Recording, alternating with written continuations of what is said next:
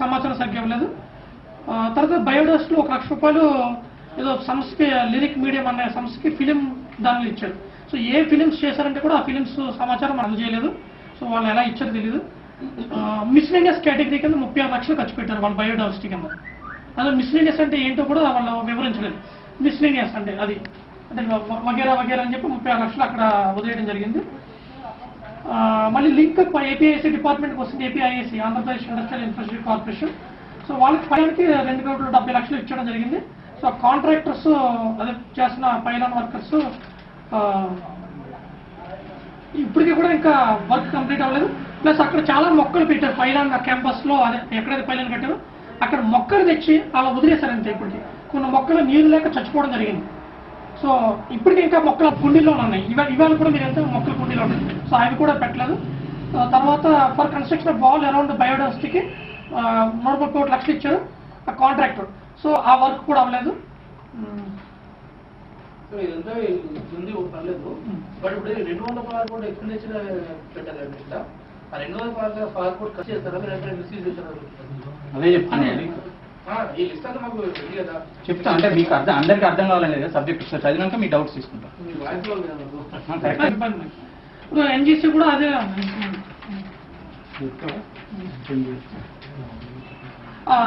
ఒక ఇంపార్టెంట్ అంటే కొంత ఒక 5 నిమిషాలు అండి అయిపోయిన తర్వాత ఫస్ట్ ఈ జిహెచ్ఎంసీతో పాటు హెచ్ఎండిఏకి 15 కోట్లు ఇచ్చి హెచ్ఎండిఏలో మేము చూసింది ఏంటంటే మాకు ఒక లిస్ట్ ఆఫ్ 64 పనులు చేసామని ఇచ్చారనమాట. ఈ 64 పనులు చేసాం. 64 పనులు మేము చూస్తే ఏంటంటే అసలు కాపుకు సంబంధం లేని పనులను చేసినట్టు అనిపిస్తుంది. కేబీఆర్ పార్క్ ముందు డస్ట్బిన్లు పెట్టడానికి కాపు పనులని చెప్పారు. కేబీఆర్ పార్క్ ముందు బెంచీలు వేయడానికి కూడా కాపు కింద పనులని చెప్పారు. తర్వాత సంజయ్ పార్క్లో ఎన్టీఆర్ పార్క్లో బోర్వెల్స్ తవ్వడానికి కాపు పనులని చెప్పారు. అంటే అసలు కాపు ఉద్దేశం ఏంటి? వీళ్ళు బోర్వెల్ వేయడానికి, వీళ్ళు పెయింటింగ్ చేయడానికి, మన ఊళ్ళో ఉన్న పార్కులన్నిటికీ పెయింటింగ్లు ఇవన్నీ కూడా కాపు కింద చేశారు. అంటే మేము అడిగే ప్రశ్న ఏంటంటే సరే అసలు ఈ కాపు కింద పనులు చేయాలని ఎవరు డిసైడ్ చేశారు? ఈ పనులు చేయాలి, ఇంత డబ్బు వెచ్చించాలని చెప్పి. అసలు నిజంగా కనుక పార్కుల మీద ఇంత శ్రద్ధ మనకు ప్రభుత్వానికి ఈ నిజంగా కనుక వచ్చే 6 నెలలో 12 నెలలో ఇట్లానే మెయింటైన్ చేస్తూ ఉంటారు.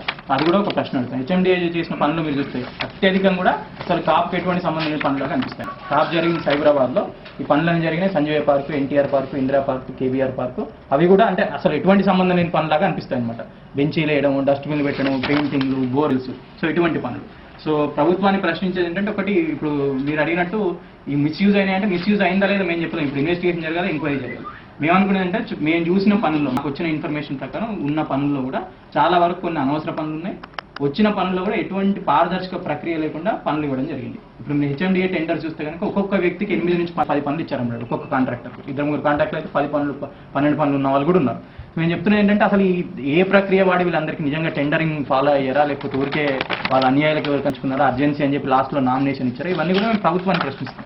మిస్యూజ్ అయినా లేదా ప్రభుత్వం చెప్పాలి, మనం ఎట్లా చెప్తాం? ఒక ఎంక్వైరీ జరగాలి.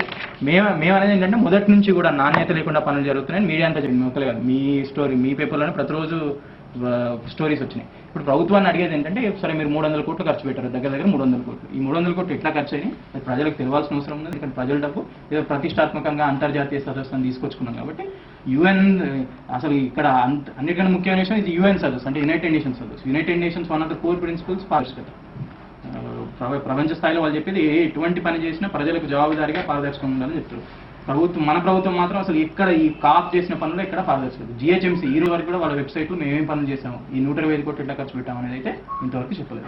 అందులో ఏపీ టూరిజం కార్పొరేషన్ తీసుకుంటే కనుక 80 లక్షల రూపాయలు తెలుగు ఆర్ట్ గ్యాలరీ పక్కన మాదాపూర్లో చేశారు. అంటే సెంట్రలైజ్ చేసి రెనోవేషన్, రిపేర్ లిఫ్ట్స్. అసలు అక్కడెంత ఖర్చు పెట్టారు 80 లక్షలు మీరు? అదొకటి.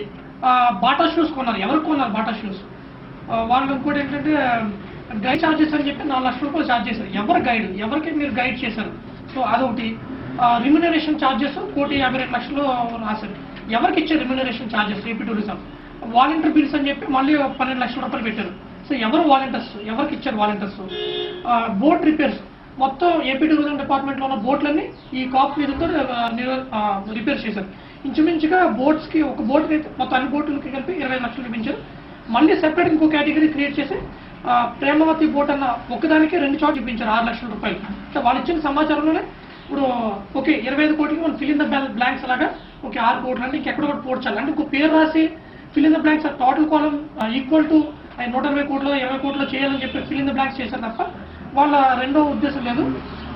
ప్రమోషన్ అత్యధిక టూరిజం డిపార్ట్మెంట్ ఖర్చు పెట్టి ప్రమోషన్ 2 లక్షల వెహికల్ రిపేర్స్ అని ఎవరు వెహికల్స్ రిపేర్ చేస్తారో తెలీదు. మేము చూస్తే కనుక ఈ పబ్లిసిటీ మెటీరియల్ చూస్తే కనుక ఇది కాంగ్రెస్ ప్రభుత్వం మేనిఫెస్టో టైప్ అనమాట, అంటే ఆల్మోస్ట్ కాంగ్రెస్ ప్రభుత్వం రిపోర్ట్. ఇది కాప్ ప్లేస్ లో డిస్ట్రిబ్యూట్ చేశారు. ఈ క్వాలిటీ ఆఫ్ పేపర్ చూడండి, ఇందులో కాప్కి సంబంధం ఏముంది? మీరు 2 రూపాయల బియ్యం అప్లై చేస్తే కాప్కి సంబంధం ఏముంది? ఇలాంటి మ్యాగజైన్స్ రోజు కాప్ ప్లేస్ లో అయిపోవడం, తెచ్చి ఫిల్ చేయడం, ఇవి వాళ్ళకి ఎందుకు? సో ఇలాంటి మెటీరియల్ చాలా వరకు ఏంటంటే ఈ హై క్వాలిటీ ప్రింటింగ్ మెటీరియల్ దీని అంతా కూడా ఖర్చు కింద చూపించారనమాట. ఏమి ఇవ్వట్లన్నట్టు టూరిజం డెవలప్ చేయాలి, విదేశీ డెలిగేట్లు వస్తారు, ఇవన్నీ కూడా అన్యూజ్డ్గా ఇష్టం ఉన్న డిస్ట్రిబ్యూట్ చేస్తారు. అది నిజంగా సరైన వ్యక్తులకు అందుతున్నాయి ఎవరు చూడలేదు. ఇదైతే అసలు కాప్కి దీనికి సంబంధం, ఒక ప్రభుత్వ కరపత్రం లాగా ఉంది, మేము ఇది చేస్తాం అది చేస్తాం, దీనికి కాపు ఇటువంటిది కూడా బిల్లో వేసి చూపించారన్నమాట. మన ఎవరైతే టూరిజం INPR వాళ్ళు ఉన్నారో ఇటువంటివి డిస్ట్రిబ్యూట్ చేయడం ఊరికే అట్లా పడేసి ఉన్నారు అనమాట. చాలా వరకు మిస్యూజ్ అయింది, 1,00,000 కాపీలు వేయించారు ఇట్లా. సో వీటి వల్ల మిస్యూజ్ అయిందని చెప్తున్నాం. సో NGC కూడా అలాగే టీవీలు కొందా, ఇప్పుడు ఆ టీవీలు ఎక్కడున్నాయి? సో మీరు అప్పుడు ఆ కాప్ నిధులు పెట్టి 1,50,000 పెట్టి టీవీ అని మానిటర్ కొన్నారు, అవి ఎక్కడ ఉన్నాయి? ఆ బ్లేజర్స్కి 15 లక్షలు ఖర్చు పెట్టారు. సో ఎవరెవరు పంచిపెట్టారన్నా కూడా సమాచారం వాళ్ళు ఇవ్వలేకపోతున్నాం. సో ఖర్చు పెట్టడం తప్పు కాదు, సో సద్వినియోగం ఖర్చు అయిందా లేదని మేము ప్రశ్నిస్తున్నాం. ఒక ట్రైనింగ్ సంస్థకి 10 లక్షల చిల్లర నిధులు ఇచ్చారు. సో ఆ ట్రైనింగ్స్ ఏ ట్రైనింగ్స్ ఏ విధంగా ట్రైనింగ్స్ మీరు వెండర్ సెలక్షన్ చేశారు టెండర్స్ ద్వారా? వాలంటీర్స్ ఫుడ్ గురించి కూడా రాశారు. మాక్సిమం వాలంటీర్స్ చూస్తే ఇప్పుడు మన మహేందర్ కూర్చున్న అతను కూడా వన్ ఆఫ్ ది వాలంటీర్. చాలా రోజులు ఫుడ్ ప్యాకెట్స్ కూడా అందరి రోజులు ఉన్నాయి, పత్రికల్లో కూడా చాలా సార్లు వచ్చింది. సో మరి మీరు వాలంటీర్స్ ఫుడ్ అని చెప్తున్నా మరి అక్కడ నిజంగా యూటిలైజేషన్ జరగలేదు. సార్ ఇక్కడ మీరు చూస్తేనే ఒకటి నేను చూసింది ఎగ్జాక్ట్లీ బ్లేజర్ అనే విషయంలో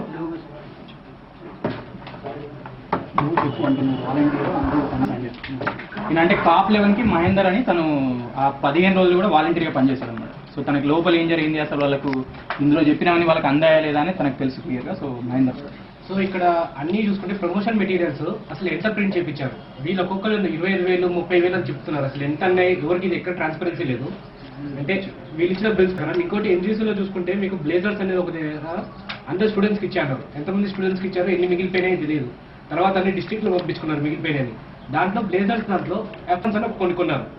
అఫ్రాన్స్కి కావాల్సిన నార్మల్గా 300 రూపీస్ అయితే దానికి 1400 పెట్టి బ్లేజర్స్ రేట్ చేశారు. ఒక చాలానే జరిగింది అక్కడ కూడా. ఇంకోటి ఫుడ్ ట్రైనింగ్స్కి ఒక 30 లక్షలు ఖర్చు పెట్టారు, కానీ ఎంతమంది స్టూడెంట్స్కి వీళ్ళు ఫుడ్ పెట్టారనేది చెప్పలేదు. ఫుడ్ బిల్సే చాలా రిపీట్ అయి ఉన్నాయి వాళ్ళు ఇచ్చిన బిల్స్లో, అది ఒకటి చూడాల్సింది. సో ఇంకా NGCలో అయితే ప్రైజెస్ అని చెప్పేసి కొన్ని తెచ్చారు, ఇంకా ఎవరికో